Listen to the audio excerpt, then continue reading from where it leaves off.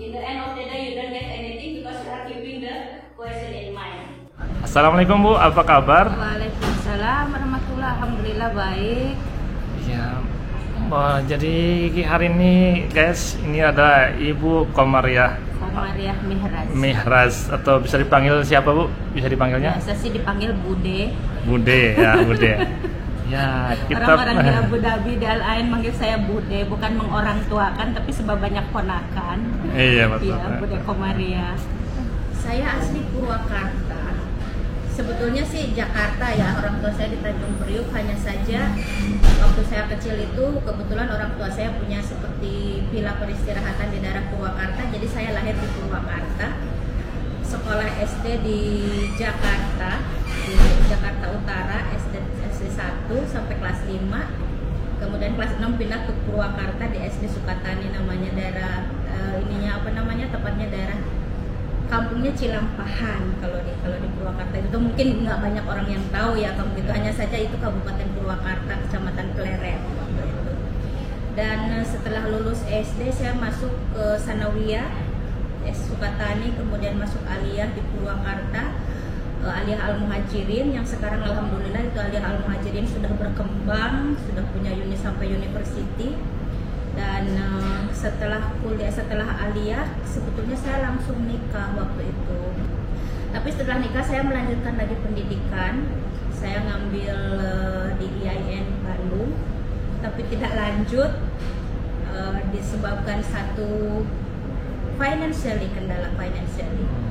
Kemudian saya berhenti dan masuk lagi IKIP Muhammadiyah. Sebelum saya selesai kuliah, suami saya juga kuliah di tempat yang sama tapi beda jurusan. Dia di agriculture atau pertanian, saya di bagian pendidikan waktu itu. Suami saya lulus duluan, saya lulus belakangan, dan suami saya melanjutkan kuliah di Korea sambil kerja. Dan Allah menakdirkan lain, hanya 9 bulan dia pergi ke Korea, pulang hanya jasad. Pulang ke Indonesia hanya jasad sebab satu kecelakaan, dia terjatuh dari tingkat 11 tower control. Itu terjadi tahun 99. Tahun 99 kemudian saya baru lulus 98, dia melanjutkan kuliah. Tahun 99 suami saya meninggal. Saya linglung waktu itu sebetulnya, mau ngapain, tidak punya pengalaman,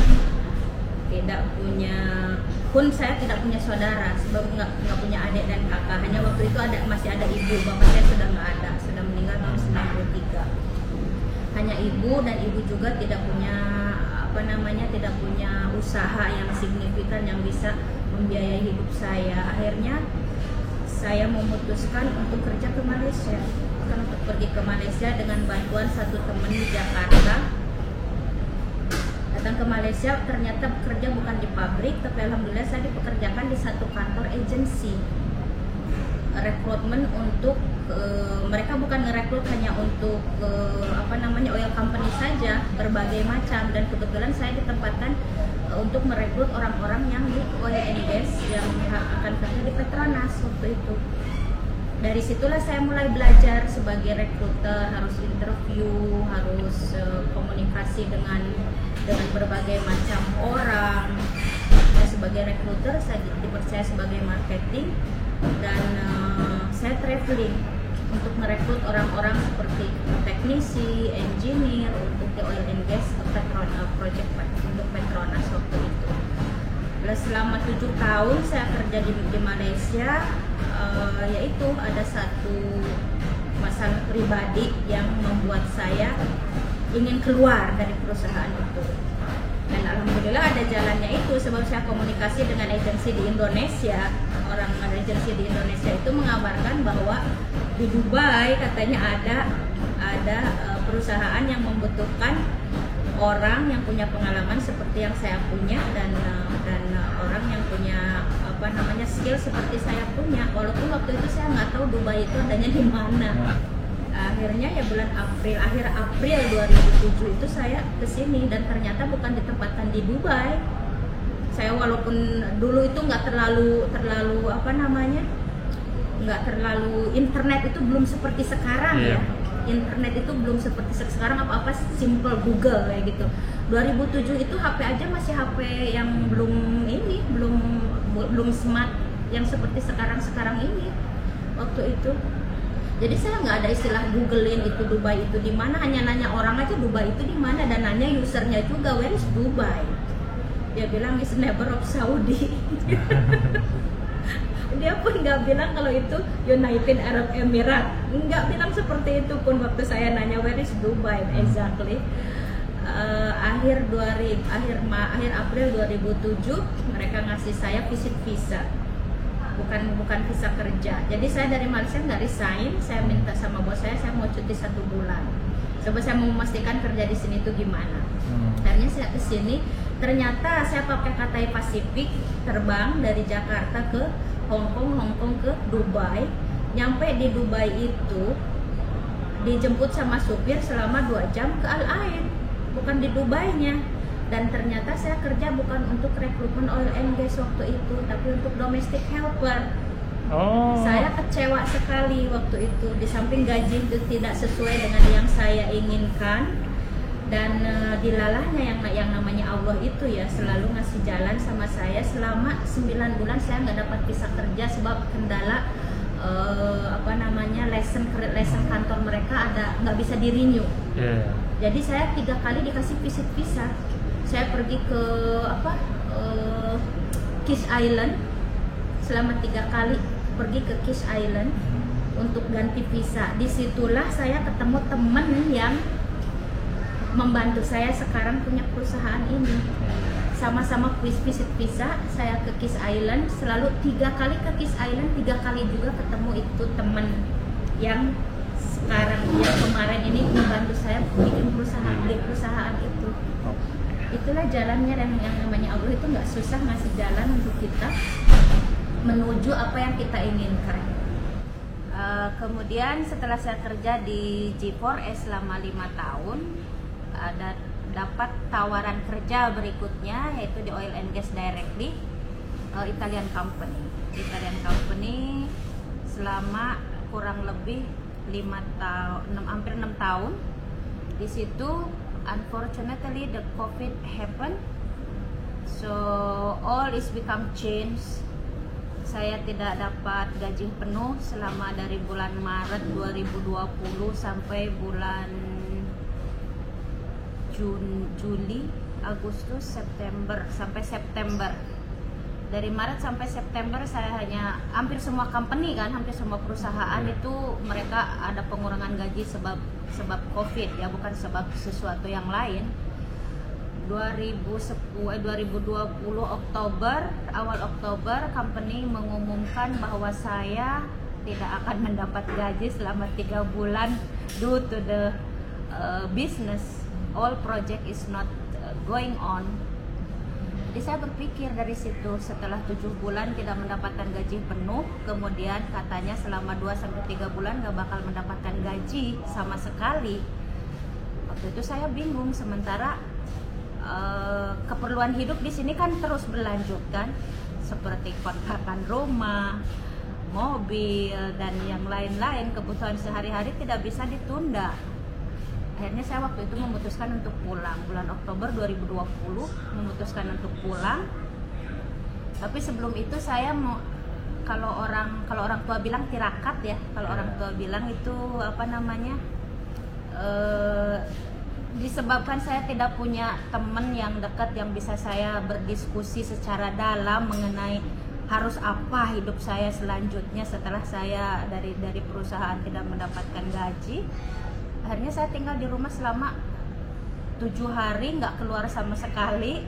Seperti saya komunikasi dengan Tuhan, menanyakan saya harus bagaimana selama 6 hari, dan hari ke-7 saya dapat jawaban dengan adanya teman yang menghubungi saya, teman yang sudah lama sekali nggak ketemu, teman yang sudah lama jarang sekali komunikasi, dia hanya SMS pagi-pagi, subuh-subuh. Dari situ kita komunikasi dan saya berbicara dengan dia apa masalah saya ini itu, dan saya bilang saya udah siap-siap mau pulang ke Indonesia sebetulnya. Tapi Tuhan menakdirkan lain. Dan ini juga memang satu cita-cita saya dari dulu, bahwa saya sebelum umur 50 itu saya harus sudah kerja sendiri, bukan selalu kerja dengan orang ya. Itu sebetulnya rencana awal yang saya punya. Saya pengen punya usaha sendiri, saya pengen mandiri, dan saya punya cita-cita yang lain juga. Ya akhirnya dengan bantuan temen itu orang India, saya akhirnya memberanikan diri punya simpanan sedikit yang bisa mencukupi untuk beli company. Akhirnya saya cari, dapatlah company yang namanya Al-Risalah, yang kebetulan ownernya itu mau menjual.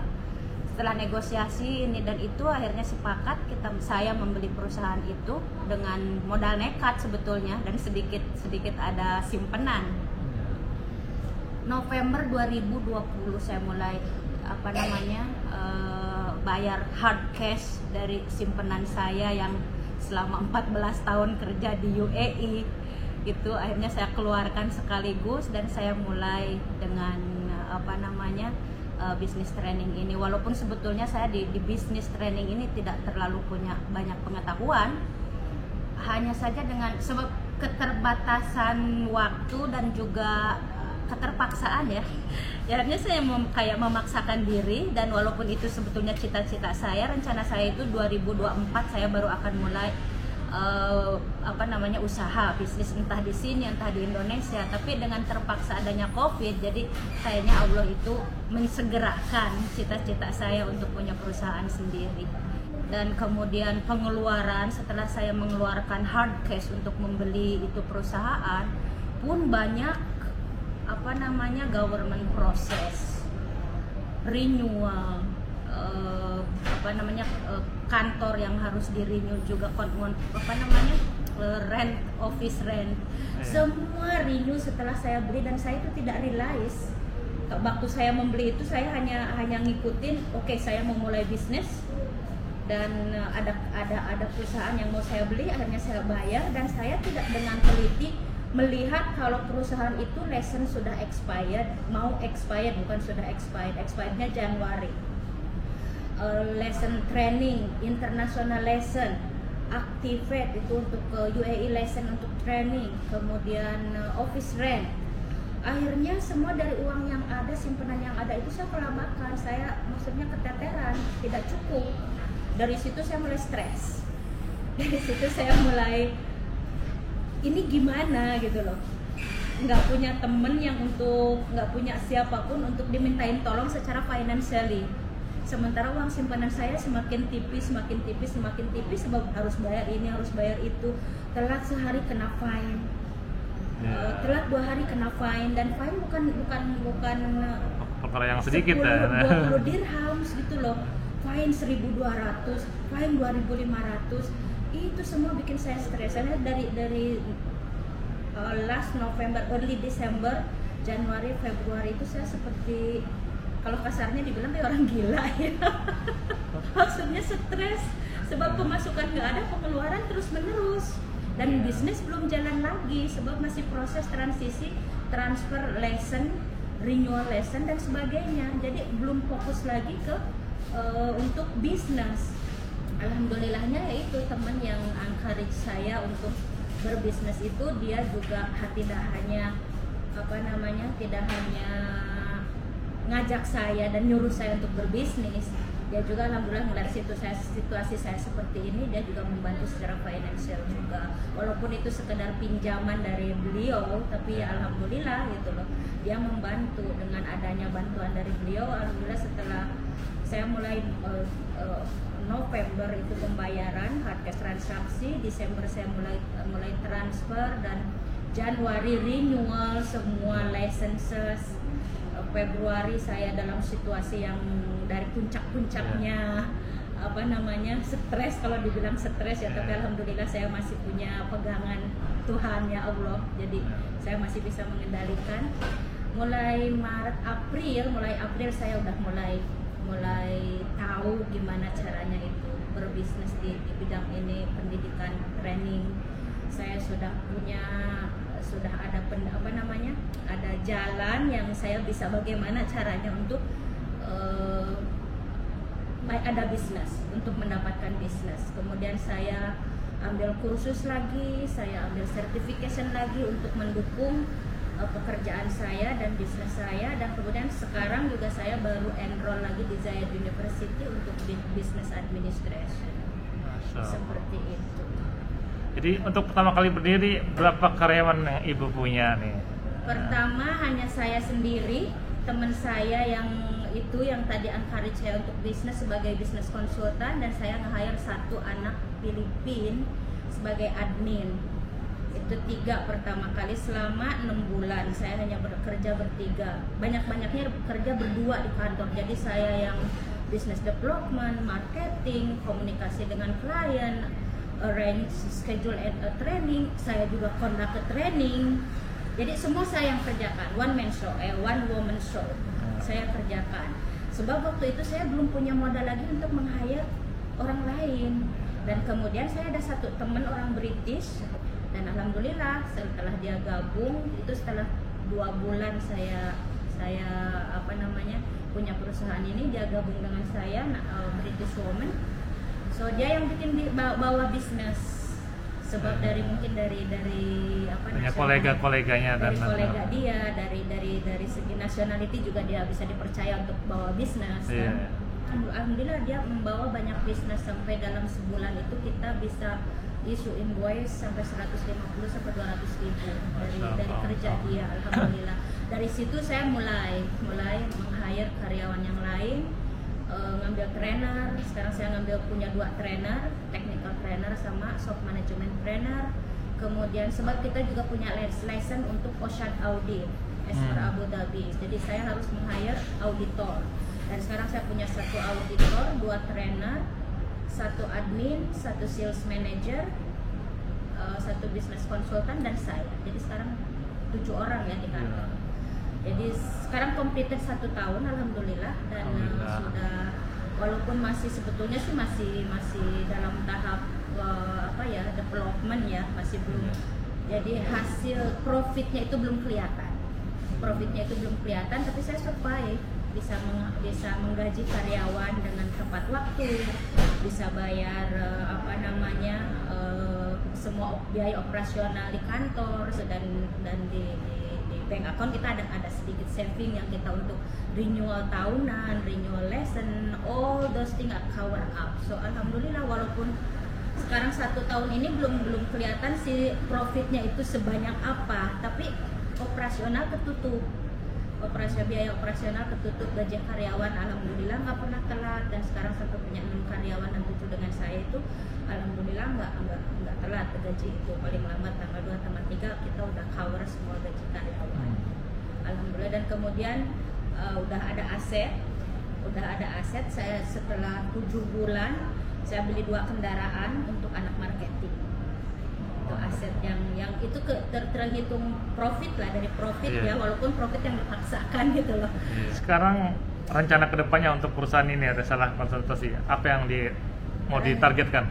Rencana ke depan sebetulnya saya tuh udah arranging untuk masa pensiun saya ya. Saya udah tua. Saya udah tua, makanya kemarin itu saya ketemu sebelum Expo itu kan orang-orang yang dari berbagai negara sudah pada datang ke sini kan, sudah pada datang. Ini satu cerita lagi perkembangan apa yang akan saya ambil untuk perusahaan ini. Terus sekarang ini kan saya kerja dari istilahnya kalau kata kasarnya sampai 24 jam dan 7 hari. Jadi saya masih tetap harus kerja. Pensiun dalam artian saya hanya mau mengawasi saja perusahaan yang ada gitu loh. Jadi saya kemarin itu punya dari hasil pertemuan dengan teman lama yang dulu di Malaysia dan sekarang sudah jadi profesor di UKM. Kita mendapatkan mutual agreement untuk mendirikan untuk membawa Arisalah ke Malaysia. Sebab lisensi saya yang international lisensi itu bisa conduct training di mana saja.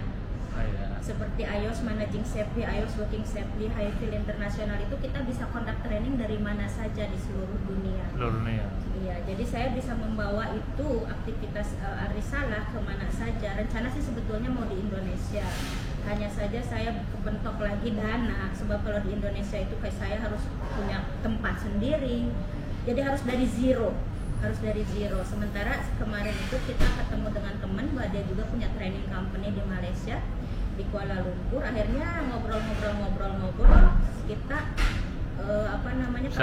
sinergi lah, sinergi ketemu satu kesepakatan bahwa akan memakai fasilitas dia, tapi saya harus buat lesson sebab saya mau arisalah yang saya bawa dan aktivitas arisalah. Alhamdulillah selama 1 bulanan dari Oktober kemarin Oktober tanggal 30 tepatnya saya mendapat approval dari Malaysia untuk lesson dari Malaysia sudah, alhamdulillah, dan rencana kita pembukaan nanti tanggal 22 Januari untuk mulai arisalah di Malaysia dan dilancarkan urusannya Bu. Amin. Barokah buat semuanya insyaallah dan semakin besar perusahaannya. Amin alhamdulillah insyaallah. Jadi pesan-pesan untuk anak muda atau ya teman-teman yang mau berbisnis atau berencana untuk ke depan untuk memulai sesuatu yang baru, apa kira-kira? Pesan untuk anak muda untuk mencapai satu titik keberhasilan itu tantangannya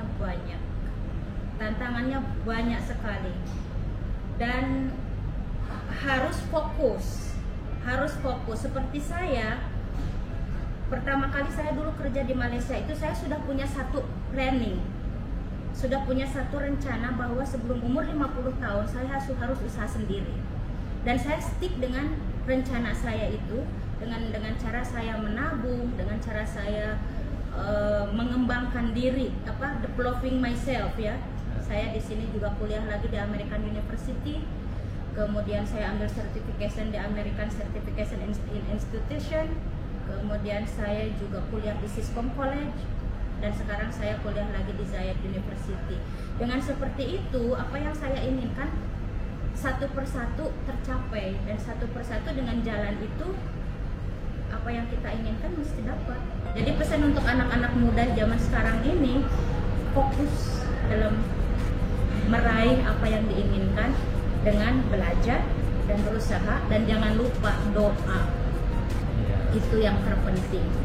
Doa sendiri directly dengan Yang Maha Kuasa. Kemudian saya sudah tidak punya orang tua ya, hanya Al-Fatihah yang saya tiap malam, tiap habis sholat. Bagi kalian yang masih punya orang tua, itu penting. Doa ibu itu mustajab. Doa orang tua, bahagiakan orang tua, apapun yang kamu inginkan